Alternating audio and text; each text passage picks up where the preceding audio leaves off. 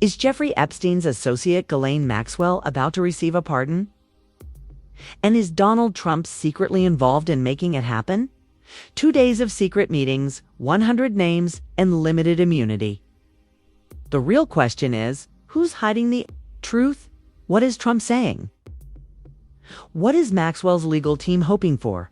And what do the victims think about all this? This isn't just about crime, it's about power, politics, and a dark conspiracy. Watch till the end, 'cause we're going to ask the ultimate question. If she gets a pardon, what will it cost? Let's dive in. A lot of people are asking me about pardons. Obviously, this is no time to be talking about pardons. It's something I haven't thought about. It's really something. I'm allowed to do it, but it's something I have not thought about. Let's not forget, Ghislaine Maxwell is not just any witness or background figure in this story. She is the same woman who was convicted and sentenced to 20 years in prison for her role in the sexual abuse and trafficking of minors. Indirect connection with Jeffrey Epstein. These were not minor offenses. Victims testified in court about how they were manipulated, deceived, and coerced often at a young age, and how Maxwell played a central role in grooming them, arranging meetings, and enabling Epstein's crimes. Now, that very same Maxwell, currently serving her sentence, is also appealing her conviction. And while her appeal is in motion, something highly unusual happened. She sat down for 2 full days of closed-door meetings with Trump's former personal attorney and now Deputy Attorney General, Todd Blanche. These weren't routine interviews. Maxwell was granted what's called limited immunity, a legal protection that means anything she says truthfully cannot be used against her in future legal proceedings, unless she lies. And then as soon as those secretive sessions wrapped up, Maxwell's lawyer made a statement that turned even more heads. He said, "We haven't spoken to the president or anyone about a pardon. But the president has the power, and we hope he uses it justly." That's not just a casual remark. It's a clear signal they are hoping for a pardon, even if they haven't made a formal request. So the real question becomes, is Maxwell finally telling the truth to reduce her sentence? Or is this just another strategic move to escape justice once again? We're about to find out. We haven't spoken to the president or anybody about a pardon just yet. And listen, the president this morning said he had the power to do so. We hope he exercises that power in the right and just way. So now it's clear, Ghislaine Maxwell and her legal team are hoping for a pardon. And Trump. He's playing the same old game he's played before. Whenever he's asked about controversial figures, Roger Stone, Paul Manafort, Michael Flynn, he gives the same vague response. I haven't thought about it. Isn't the right time to discuss pardons? And then, almost like clockwork, he ends up pardoning them. Now the question is, will history repeat itself? Will Ghislaine Maxwell, a convicted sex offender, also be pardoned? Let's be very clear, this wouldn't just be a legal twist. This would be a moral catastrophe, because Maxwell isn't just any political ally or former campaign advisor.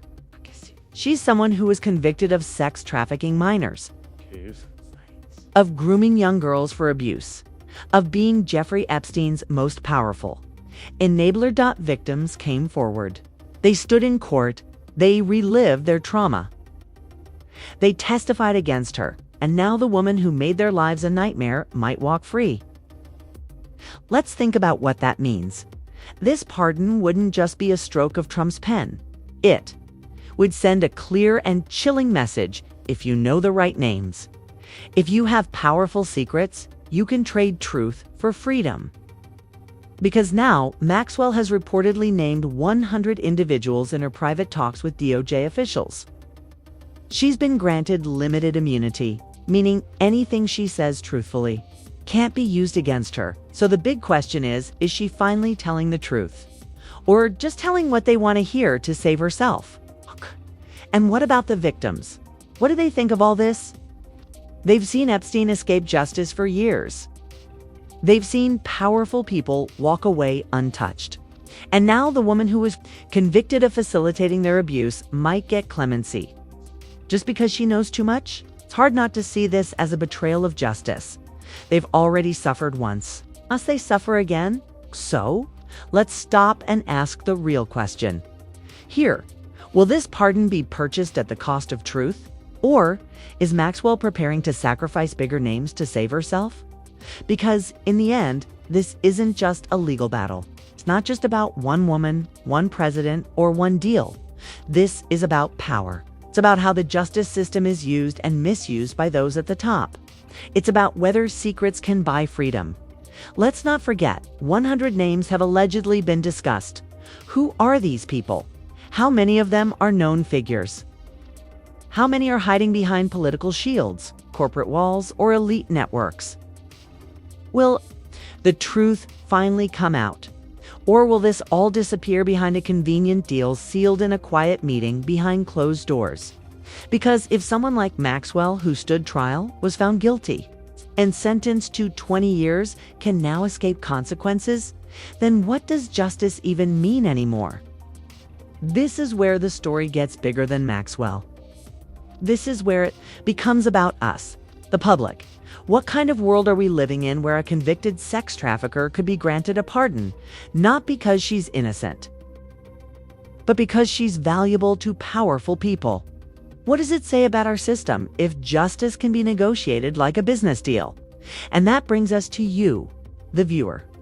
Let us ask you directly, do you believe Ghislaine Maxwell should be pardoned? Is the information she's providing worth it? Or is this just another way for someone with connections to avoid accountability? Tomorrow you wake up to the headline, Trump pardons Maxwell. What will your reaction be? Will you feel justice has been served? Or will it confirm your worst suspicions that the rich and powerful live by a different set of rules? In our next episode, we'll be diving into the Epstein files, specifically the names that have been quietly protected for years. These are individuals who may have been named in sealed documents who were close to Epstein, but have never been questioned, arrested, or held accountable. We'll ask the hard questions the mainstream media avoids. We'll bring you what they won't, from politicians to billionaires, from academic leaders to royalty. So before you go, comment below. Is a pardon justice or is it betrayal? This video opened your eyes, hit like. It helps us reach more people.